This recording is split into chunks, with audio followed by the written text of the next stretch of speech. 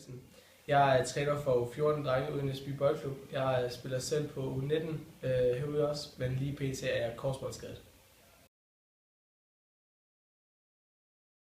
Som sagt så er jeg korsbåndsskadet, og det vil sige, at så er man ude i omkring 6-12 måneder.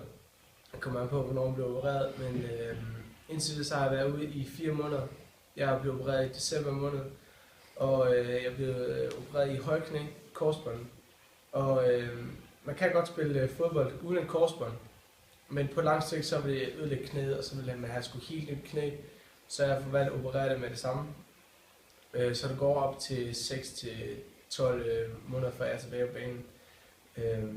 Og korsbånd, det der gør i knæet, at du ikke kan spille, det er, at knæet det går væk under en, så man ikke er stabil på knæet.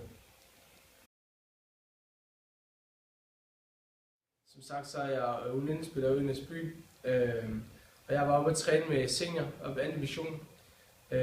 Og så skete det, at de sidste 5 minutter inden træningen stoppede, så kom jeg i en tackling med en af seniorspillerne, hvor jeg vil prøve at dække bolden af. Han kommer så bagfra og laver en tackling på mig, hvor at han ligesom lander oven på knæet, hvor at knæet det giver et lille knæk, og jeg kan mærke med det samme, at den er gal. Så det er ligesom, det skete ikke i et vrid eller noget, det skete mere i en tackling, sådan at han landede over på knæet, og det dermed rev korsbåndet over. Hvordan man kan mærke, at man har beskadiget sit korsbånd, det kan jeg mærke med det samme. I det skete for mig, der kan jeg mærke det der knæk og det der vrid i knæet, og en masse smerter i knæet. Jeg kunne ikke støtte på det eller noget som helst til at starte med. Men så her efter nogle måneder efter genoptræning, så er det meget vigtigt, at man opbygger muskler omkring knæet, sådan at det ikke sker igen, fordi at ens led er ikke så stærkt som på det gode knæ.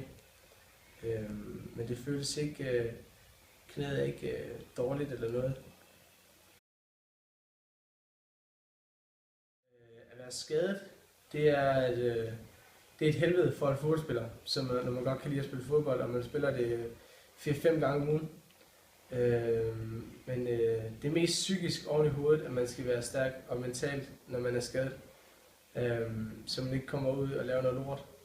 Fordi man kan godt tænke, at som spiller, når man er skadet, så kan det være lige meget det hele, og når det så er så langt en skade, at man så lige så godt kan gå med venner, fest og drikke og sådan noget. Men det er derfor stærkt, at man skal være stærk mentalt op i hovedet, når man er skadet. Så det er vigtigt, at man styrketræner meget. Det er vigtigt for ens korsbånd og ens knæ. Genoptræning. Der skal gå en måned til en halvanden, inden man får operation til, man må genoptræne med korsbånd. Og så er jeg tilknyttet et genoptræningscenter ude på Holofgård, hvor jeg genoptræner mandag og onsdag en time, hvor vi går specifikt ind og træner haserne på baglåret, hvor man tager senen fra, hvor man laver et nyt korsbånd.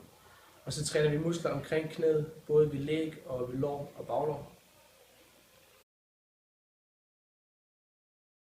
Den øvelse, det er en øvelse fra haserne, det vil sige, det er derovre, hvor de har taget senen og brugt det til at lave et nyt korsbånd. Så det er vigtigt, at man træner det. Så det gør man ved enten i starten, hvor man ikke er så stærk med baglåret, så det kan man bare køre ud sådan her, hvor man trækker benene ind, hvor man træner haserne her om baglåret. Når man så kommer længere hen i forløbet, så vil man stå bag med hænderne op med bagdelen, og så køre ud og hen.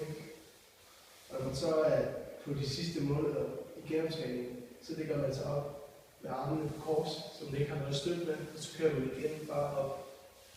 Og igen hvor man træner baglår og hen.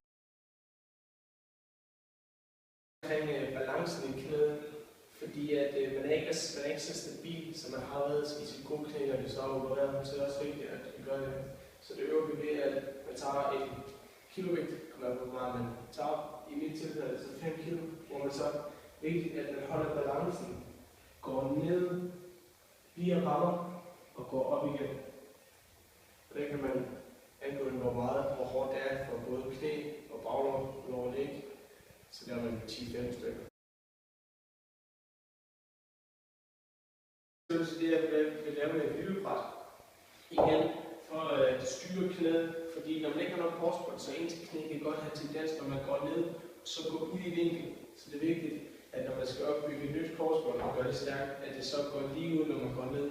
Det kan man træne med et bænkebræt, hvor man står stille, og så går ned i squat. Og så er det vigtigt, at hvis man kan, at man har et spejl ud, så man kan se, at ens knæ går lige ud. Og det kan man også lave en 10-15 dage.